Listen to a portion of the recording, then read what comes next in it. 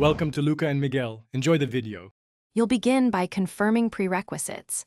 iOS 14 or later makes this straightforward, and you should know the DNS addresses you want to use. Open Settings and go to Wi-Fi, then tap the connected network. This is the fastest path to change DNS for that network. You're changing how your device resolves domain names to speed up lookups or block content. Once done here, you can decide if you want to apply the same DNS on other networks or use a profile for system-wide behavior.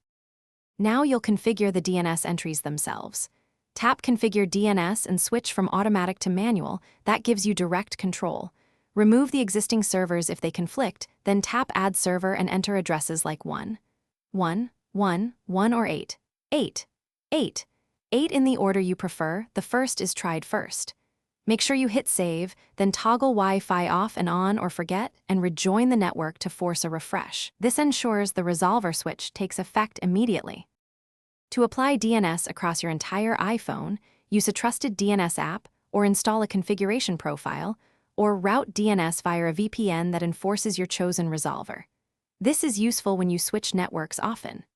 Once set, if something seems off, flush caches by rebooting or toggling airplane mode so old entries drop.